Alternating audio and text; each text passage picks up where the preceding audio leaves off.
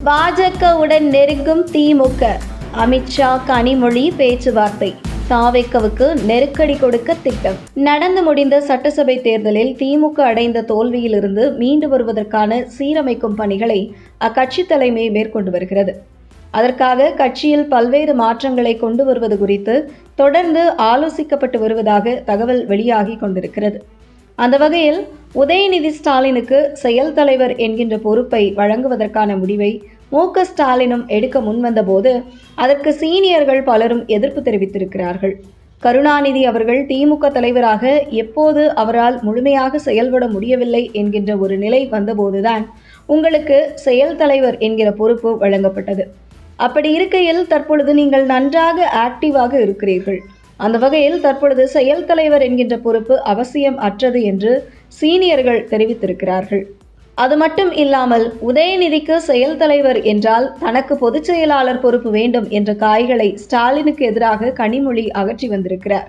இப்படி பரபரப்புக்கு மத்தியில் தமிழகம் முழுவதும் கட்சியை சீரமைத்து 2 தொகுதிகளுக்கு ஒரு மாவட்ட செயலாளர்கள், மேலும் இடைத்தேர்தலை எப்படி எதிர்கொள்வது என்பது குறித்தும் தீவிர ஆலோசனையில் ஒரு பக்கம் திமுக இறங்கி இருக்க, மறுபக்கம் டெல்லி அரசியலை கனிமொழி மூலம் பாஜகவை நோக்கி நகர்த்தி இருக்கிறார் முன்னாள் திமுக தலைவர் மு.க. ஸ்டாலின் என்கிற தகவல் வெளியாகியுள்ளது.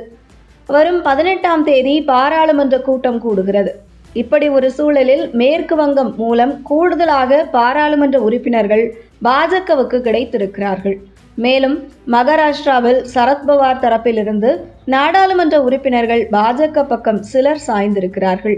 அந்த வகையில் இன்னும் 30 முதல் 40 உறுப்பினர்கள் இருந்தால் போதும், நாடாளுமன்றத்தில் பல மசோதாக்களை பாஜக வெற்றிகரமாக நிறைவேற்றிவிடும். ஆகையால் திமுக உதவியும் பாஜகவுக்கு தற்பொழுது தேவைப்படுகிறது. அந்த வகையில் கனிமொழிக்கும் பாஜகவுக்கும் இடையிலான நட்பு என்பது மிக ஆழமானது. குறிப்பாக தூத்துக்குடியில் நாடாளுமன்ற தேர்தலில் போட்டியிட்ட கனிமொழிக்கு எதிராக டம்மி வேட்பாளரான தமாகாவை நிறுத்தியது கூட பாஜக டெல்லியின் திட்டம்தான் என்றும், கனிமொழிக்கு கடினமான போட்டியை கொடுக்காமல் மிக எளிமையாக வெற்றி பெற வழிவகுத்ததும் டெல்லி பாஜக தான் என்கிற தகவலும் வெளியானது.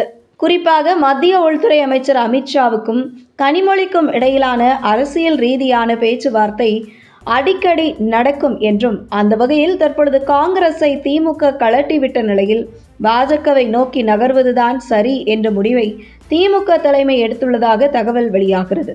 குறிப்பாக காங்கிரசுக்கும் தற்பொழுது ஆட்சியில் இருக்கும் தமிழக வெற்றி கழகத்திற்கும் நெருக்கடி கொடுக்க வேண்டும் என்றால் அது பாஜக துணையுடன் தான் செய்ய முடியும் என்று முடிவெடுத்துள்ளதாக திமுக தலைமை பாஜகவை நோக்கி நகர்வதற்காக கனிமொழி மூலம் தொடர்ந்து பேச்சுவார்த்தை நடத்தி வருவதாகவும், அந்த பேச்சுவார்த்தையில் மிக சுமூகமாக சென்று கொண்டிருக்கிறது என்ற தகவல் வெளியாகிறது.